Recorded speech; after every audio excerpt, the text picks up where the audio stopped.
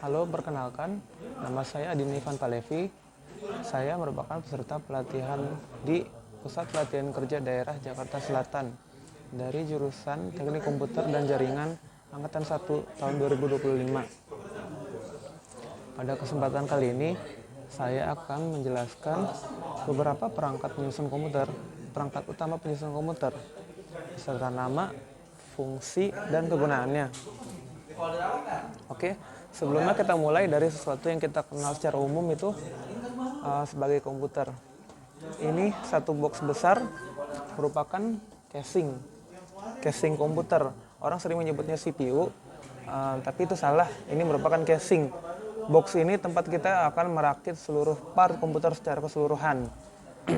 Agar menjadi ringkas, menjadi praktis, semuanya dijadiin satu dalam satu box ini. Nah, selanjutnya saya akan menjelaskan perangkat di mana kita akan menyusun komponen-komponennya. Tadi ini kan hanya box untuk merapikannya di dalam ya. Sedangkan untuk perangkat utamanya itu yang untuk memasang part elektroniknya itu, ini adalah di motherboard atau mainboard yang papan besar ini. Kelihatan ya dari sini. Ini untuk ukuran motherboardnya adalah ATX. Ini untuk ukuran motherboard ATX. Kalau micro ATX ntar bisa lebih kecil lagi, dan ada juga mini ATX. Motherboard itu merupakan tempat kita menaruh part seluruh. Ada CPU, ada RAM, yang lain-lain, semuanya pokoknya di sini sumber utamanya. Selain itu, tadi saya sebut CPU. CPU itu apa? Kepanjangannya Central Processing Unit. Fungsinya itu untuk mengolah seluruh data yang ada di komputer secara general. Itu dilakukan oleh CPU. Posisinya ada di sini, di tengah-tengah, di bawah kipas ini. Saya nggak ada barangnya, tapi itu bentuknya kotak. Ada dua jenis merek biasanya, AMD dan Intel. Untuk selain itu tidak umum digunakan. Satu hal lagi, untuk CPU dan motherboard itu mereka satu paket secara kompatibilitas. Karena untuk beda CPU AMD dan Intel itu soketnya berbeda. Jadi kalau pakai AMD itu harus pakai motherboard AMD juga, dan Intel harus pakai motherboard Intel juga. Oke. Untuk jenis-jenis CPU itu akan banyak, itu bisa dipelajari lebih banyak lagi dari jenis Core i3, Core i5, Core i7 itu untuk Intel. AMD juga ada Ryzen, dari Ryzen 3, Ryzen 5, Ryzen 7. Itu perbedaannya semuanya banyak, dari core-nya, dari thread-nya, sama clock speed-nya juga. Semakin banyak core-nya, semakin gede speed-nya, semakin bagus, tapi semakin mahal juga. Oke, selanjutnya untuk part yang akan saya jelaskan adalah RAM. RAM itu ada di sebelah sini, kepingan panjang.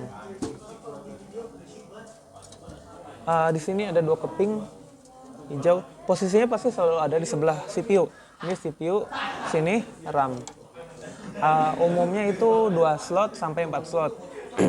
Masing-masing RAM itu di ukurannya paling, untuk yang sekarang DDR4 43 sampai satuannya bisa 3264 umumnya ya. Oke. RAM itu apa tadi fungsinya? Dari kepanjangan dulu, Random Access Memory. Fungsinya itu untuk ketika kita akan menjalankan operasi di CPU, kita kan harus menyediakan datanya ya. Nah, untuk penyediaan data itu secara sementara digunakan di Random Access Memory ini. Ini akan menjadi tempat kita menyimpan program-program yang sedang kita jalankan saat ini. Misalkan kita sedang buka Chrome, buka Adobe Photoshop, PowerPoint, yang lain-lain, itu semua disimpan di sini saat berjalan agar bisa langsung ke CPU. Itu diprosesnya dengan cepat dan mudah, itu makanya posisinya juga berdekatan karena sirkuitnya dekat nanti. Oke, selanjutnya ada penyimpanan yang lainnya juga. Tadi kan penyimpanan sementara, ini penyimpanan yang jenisnya permanen ya, nggak benar-benar permanen, tapi yang jangka panjang untuk penggunaan kita, disimpan seperti file musik, file film, foto, dan lain-lain. Itu ada namanya hard disk atau SSD, dan juga ada SSD yang pokoknya itu ada dua jenis umumnya. Yang saya punya ini contohnya adalah ini SSD. SSD ini namanya solid state drive. Karena sesuai namanya solid itu bentuknya juga solid gini. Berbeda dengan hard disk. Hard disk itu dia lebih besar dan isiannya itu piringan dia. Piringan logam gitu. Nah itu tetapi harganya lebih murah dibandingkan ini. Untuk kapasitas dengan harga yang sama biasanya lebih mahal SSD. Tetapi secara kecepatan SSD lebih unggul jauh. Ini untuk SSD juga ada dua tipe, ada yang SATA pakai kabel begini, ada juga SSD M.2. Itu untuk yang versi terbaru. Biasanya dia langsung dipasang di mainboard di daerah sini. Dia bentuknya kepingan seperti RAM. Untuk kecepatan sendiri dari penyimpanan itu paling rendah itu dari hard disk, tapi dia paling murah. Jadi kita biasanya sering menyimpan file secara besar, film dan lain-lain itu di hard disk bagusnya. Dan SSD karena cepat, dia itu dipakai untuk operation system, untuk kita install aplikasi-aplikasi yang sering kita pakai di sini baiknya. Oke, barusan untuk hard disk dan SSD. Selanjutnya ada namanya VGA card. VGA card itu merupakan kartu untuk memproses seluruh hal yang berbau visual. Karena secara visual itu kan semuanya itu banyak ada. Visual itu ibaratnya adalah kalau misalkan video itu terdiri dari ratusan atau ribuan foto per menitnya. Nah itu pasti akan berat dan itu mereka membutuhkan alat pemrosesan sendiri. Ketika videonya semakin bagus itu semakin sulit diproses. Nah itu diprosesnya sama VGA card. Lokasinya ada di sebelah sini. VGA card sudah pasti akan ada di bawah itu di slot yang panjang. Namanya PCI Express. Itu untuk slot yang panjang khusus untuk VGA, biasanya yang paling atas, paling dekat ke CPU. Di bawah juga ada beberapa slot PCI Express bisa digunakan untuk yang lain-lainnya. Bisa untuk LAN card, sound card, atau TV tuner. Nah, tapi umumnya pokoknya yang di atas itu untuk VGA card. Selanjutnya ada yang namanya heatsink dan fan. Heatsink dan fan itu dibutuhkan karena ini kan elektronik. Yang namanya perangkat elektronik itu akan menggunakan listrik dan ujung-ujungnya menjadi panas saat dijalankan. Untuk itu perlunya pendinginan dalam alat elektronik. Nah, di sini ada heatsink dan fan. Pertama, fan kita tahu semua ya, fan itu kan kipas untuk sirkulasi udaranya. Nah, sebelum kena dari fan dan komponen panas itu ada heatsink. Heatsink itu logam biasanya yang terbuat dari chopper. Nah itu nanti kita itu akan menempelkan langsung ke part yang paling panas, yaitu CPU.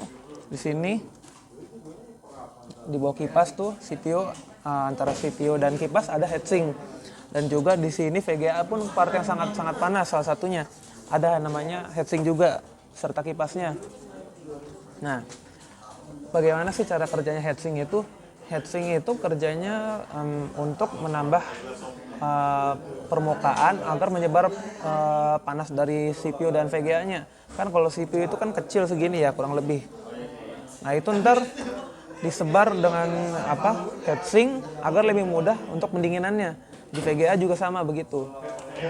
Oke, selanjutnya ada juga hal yang paling krusial, yaitu power supply atau PSU kita kenal ya. Ini paling krusial karena kalau nggak ada PSU ini kita nggak bisa menyalakan komputer karena semua arus listrik yang masuk ke komputer akan dimulai dari PSU. PSU ada letaknya di sebelah atas ini. Bentuknya seperti ini. Yang nantinya ini kabelnya ini ke belakang disambungkan ke sini, nyambung ke colokan di rumah kita. Untuk PSU yang di sini ada namanya PSU Simbada mereknya, ukurannya 450 watt. Nah, fungsi PSU ini dia akan menyalurkan kabel-kabel ke tiap part-part yang penting-pentingnya, seluruh part yang ada di sini. Di sini mulai paling gede dulu, yang paling besar itu ada kabel dari power supply ke motherboard. Ini untuk menjalankan perangkat secara umum. Ada juga khusus yang kecil ini, 4 lubang ke CPU. Ini akan ke sini. Ada juga beberapa lagi untuk CPU fan, untuk kipasnya. Ada juga nanti kabelnya untuk ke ini nih, ke penyimpanan kita, SSD kita atau hard disk. Dia pakai kabel juga ntar untuk powernya terpisah. Nah, untuk apa tadi di motherboard itu kan ada yang besar ini ya. Nah biasanya itu cukup untuk seluruh part yang tersempel sini, termasuk VGA. Tetapi dengan syarat VGA-nya itu VGA yang jenis watt kecil. VGA lama biasanya itu 100 watt ke bawah tuh. Nah di sini kan VGA lama tuh dia tidak punya colokan power kan. Nah kalau untuk VGA yang terbaru itu karena kerjanya semakin kesini semakin berat, seperti Nvidia GTX dan RTX gitu, dan juga AMD Radeon XT, macam-macam lah VGA tuh. Nah itu dia nanti punya kabel power sendiri dari power supply di sebelah sini biasanya ya. Nah, oke. Untuk Nvidia itu kalau nggak salah dari seri 1650 ke atas ada ini ya yang super. Oke, sekian kira-kira penjelasan saya sudah cukup panjang. Terima kasih banyak untuk waktunya, perhatiannya semuanya. Selamat tinggal.